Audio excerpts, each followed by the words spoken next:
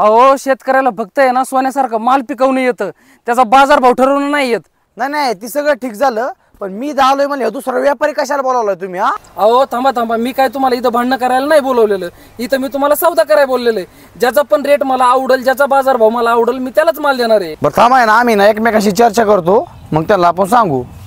शेतकरी ना लय हुशार दिसतोय, आपल्या दोघांच्या वादात ना ह्याच बल होऊन जाईल. तसं नाही, आपण आहे ना 107 रुपये चाललंय ना, अर्ध्या रुपयाने ना हळूहळू 113 पर्यंत न्यायचं. आपण बी लय पुढे नाही जायचं. हा तीच करावं लागणार. हो झाली का चर्चा तुमची? हो झाली 107 चालू आहे. फायनल मी तुम्हाला ना 109 देऊ शकतो. 109? मी 110 रुपये देतो, पण डाळी मलाच पाहिजे. 110? मी 110 वर 50 पैसे देतो. ही लय व्हायला लागलाय बरं का आता. नाही बरोबर मी आहे. शेवट 100 तुम्हाला 13 रुपये देतो. अरे तुम्ही बाजारभाव बी काय केला 113? अहो बाहेर बाजारभाव 150 रुपये चालू आहे. नाही एवढा बाजारभाव असतो का? एवढा बाजारभाव नाही जमणार. शेवट 113. वा माझ्या व्यापाऱ्यांनो, हाच माल मी 152 रुपयांनी विकलेला आहे. मी फक्त तुमचं मत बघण्यासाठी तुम्हाला बोलवलं होतं की तुम्ही काय रेट बोलताय आणि तुम्ही 113 रेट बोलताय.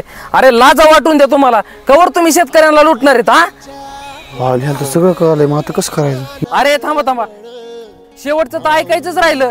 अहो शेतकरी आहे तर शेती आहे, आणि शेती आहे तर व्यापारी आहे. निघा.